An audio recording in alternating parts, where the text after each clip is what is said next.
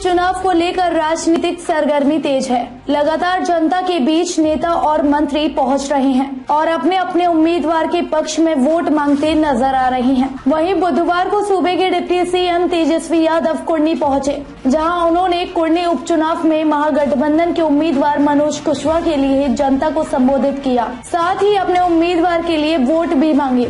इस दौरान जेडीयू नेता ललन सिंह, एमएलसी दिनेश सिंह, मंत्री इसराइल मंसूरी सहित कई महागठबंधन के दिग्गज नेता और विधायक मौजूद रहे। जरा देखिए कि कुर्नी पहुंचने पर डिप्टी सीएम तेजस्वी यादव ने क्या कुछ कहा।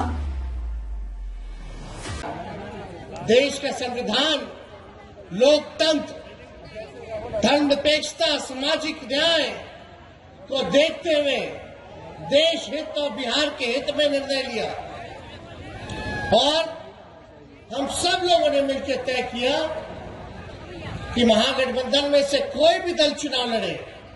बात एक है, बात हम लोगों का मुद्दा क्या है?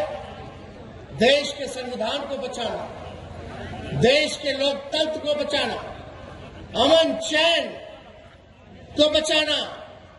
और आज देश में क्या हालत है आप लोगों से भला कोई जानता नहीं, कोई छुपा नहीं है। और हम सब लोगों को एकजुट होकर के जो देश के संविधान को मिटाना चाहते हैं, लोकतंत्र को खत्म करना चाहते हैं, भाईचारा अमन चैन को छीनने का प्रयास कर रहे हैं, उनके खिलाफ हम सब लोग एक हो गए। और आप लोग तो जानते हैं भाजपा का मतलब है बड़का झूठा पार्टी, केवल जुमलेबाजी, केवल झूठ, केवल झूठा प्रचार। अभी गुजरात में चुनाव चल रहा है, एक रिपोर्ट आया है गुजरात चुनाव में कि लगभग 97% चंदा जो है कॉर्पोरेट वर्ल्ड का यानी पूंजीपतियों का भाजपा को ही मिला है और 3% में अन्य। तो आप समझ जाइए, ये गरीब की पार्टी भाजपा नहीं है, ये अमीरों में से भी जो अमीर लोग हैं, ये चंद लोगों की पार्टी है। उनको जनता के सुख दुख से कुछ लेना देना नहीं है, कोई मतलब नहीं है। यहां बिहार में इन लोगों का प्रयास था कि किसी भी प्रकार से सांप्रदायिकता को फैलाया जाए, लेकिन नीतीश कुमार जी के रहते हुए, आदरणीय लालू जी के रहते हुए किसी की माई के लाल में दम नहीं।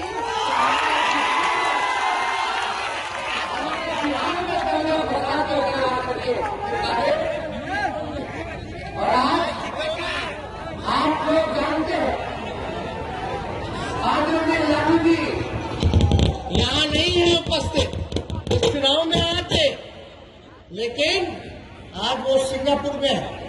5 तारीख को उनका ऑपरेशन होने जा रहा है। हमको उन्होंने बोला है कि जाइए कुर्नी की मतदाताओं से अपील कीजिएगा कि लालू जी का बाल पक गया, इन सांप्रदायिक शक्तियों से लड़ते लड़ते जेल में भेज दिया, जेल भेजा गया। इनको छापा में छापा मरवा रहा है लोग। जिस दिन हम लोग का सरकार बना उस दिन भी लोग छापे मरवा रहा था। तो ये लोग समझ रहे हैं कि ये लोग इतने व्याकुल हैं।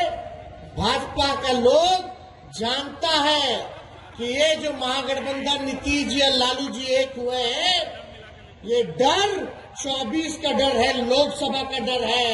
का काम करेंगे, चिंता नहीं कीजिएगा, हम ज्यादा कुछ न कहें, चुपचाप तीरछा, चुपचाप चुपचाप चुपचाप। और हम लोग A to Z वाला पार्टी है, EBC वाला पार्टी है। सब लोगों को हम लोग महागठबंधन साथ लेकर के चलने का काम करेगा। कोई समाज में भाई पीछे न छूटे, उसके लिए हर एक वर्ग के लिए, हर एक समाज के लिए काम करेगा। तो एक बार देखिए, हम 3 तारीख को आखिरी प्रचार है, 2 तारीख हम 3 तारीख को सिंगापुर जा रहे हैं, क्योंकि हमारे पिता का ऑपरेशन के साथ साथ मेरी बहन का भी ऑपरेशन है। मेरी बहन हमारे पिता को किडनी दे रही है, तो हमको वहां जाना है। लेकिन हम आप लोगों के भरोसे निश्चिंत होकर के जाएंगे। हमसे लालू जी सवाल पूछेंगे, जब ऑपरेशन हो जाएगा 5 तारीख को, जब ऑपरेशन हो जाएगा 5 तारीख को, तो हमको जब पहला होश में आएंगे लालू जी, तो हमसे यही पूछेंगे, बेटा कुर्मी का क्या हुआ, समझ रहे हैं? तो आप लोग साथ दीजिएगा कि नहीं दीजिएगा? कुर्मी जीत जाएंगे, हमारे पिता ऐसे स्वस्थ हो गए, तो चिंता करने की बातें नहीं। तो आप सब लोगों का प्यार मिला, आप लोगों का आशीर्वाद मिला, समर्थन मिला। हम वादा करके जा रहे हैं, सभी लोगों की उम्मीदों पर हमारी सरकार नीतीश जी के नेतृत्व में जो नई महागठबंधन की सरकार बनी है, हम लोग खड़ा उतरने का काम करेंगे। तो आप सब लोग का अगर अनुमति हो, स्तंभ कौन होगा, लोकतंत्र का चौथा स्तंभ कौन होगा? वही होगा जो निष्पक्ष रहेगा। आज कोई मीडिया नहीं, मीडिया पर सारे पूंजीपतियों का कब्जा हो चुका है। कोई मीडिया आज किसी के पास नहीं है। इसलिए आपसे हम आग्रह करेंगे कि मीडिया के समाचार पर कोई भरोसा मत करिएगा, कोई विश्वास मत करिएगा, अपनी मन बनाइएगा। तो इसलिए साथियों, और मीडिया जिन पूंजीपतियों के हाथ में है, वो पूंजीपतियों किसके हैं? वो पूंजीपति जो देश की सरकार है उसकी कठपुतली समस्या है, महंगाई है, बेरोजगारी है, उस पर कभी कोई केंद्र की सरकार चर्चा नहीं करती। इसलिए कि उनको डर है, उनको भय है कि अगर महंगाई और बेरोजगारी की चर्चा देश में शुरू हुई तो नरेंद्र मोदी जी का खाता भी नहीं खुलेगा पूरे देश में। तो इसलिए उनको भय है, इसलिए आज भ्रमित करते हैं और दिन भर मीडिया में प्रचार होता है धार्मिक उन्माद फैलाने का, समाज को अलग अलग धर्मों में बांटने का, ये प्रचार उनके द्वारा होता है।